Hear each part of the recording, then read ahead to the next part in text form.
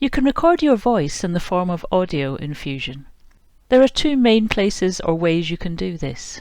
The first is simply to record an MP3 audio file of your voice. You can record an audio file anywhere that you have files.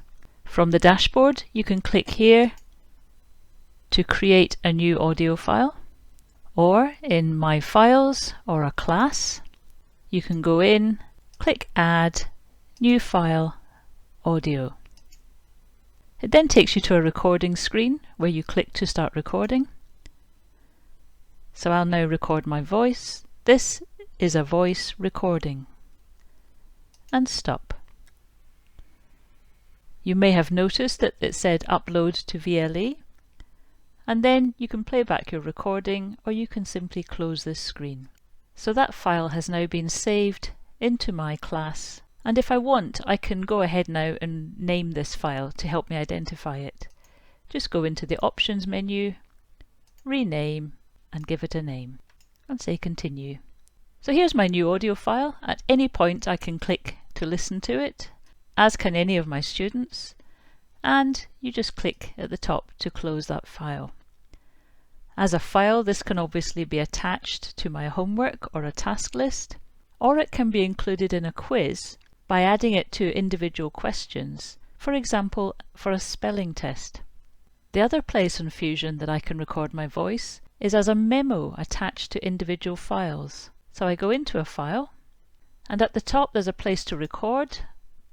Again, you'll recognize this screen. I start my recording. A glacial erratic is a glacially deposited rock differing from the size and type of rock native to the areas in which it rests. There you go, close that page, and this file now has that memo attached to it. And now when my students open the file, they'll be able to see that there's an audio memo attached to it. And I pull down here to select my audio memo and play it. I can also invite my students to record an audio memo onto a file. To do this, I have to ensure that my students are in this group as contributors. I can check this by going to the group menu, clicking on Manage Members, and look to see what level of rights the students have. So I'm going to allow William Fry to go in here as a contributor. So let's go and log in as William. Okay, I'm in here as William. I'm going to go to my class. Here's the file. I click in, and you can see that William is able to record. It's also asking him permission to use his microphone, which he's going to allow. This is William's contribution. And I can close. Okay, if I go back to being the teacher, if I open this file, pull down the list, I can now see my students' contributions.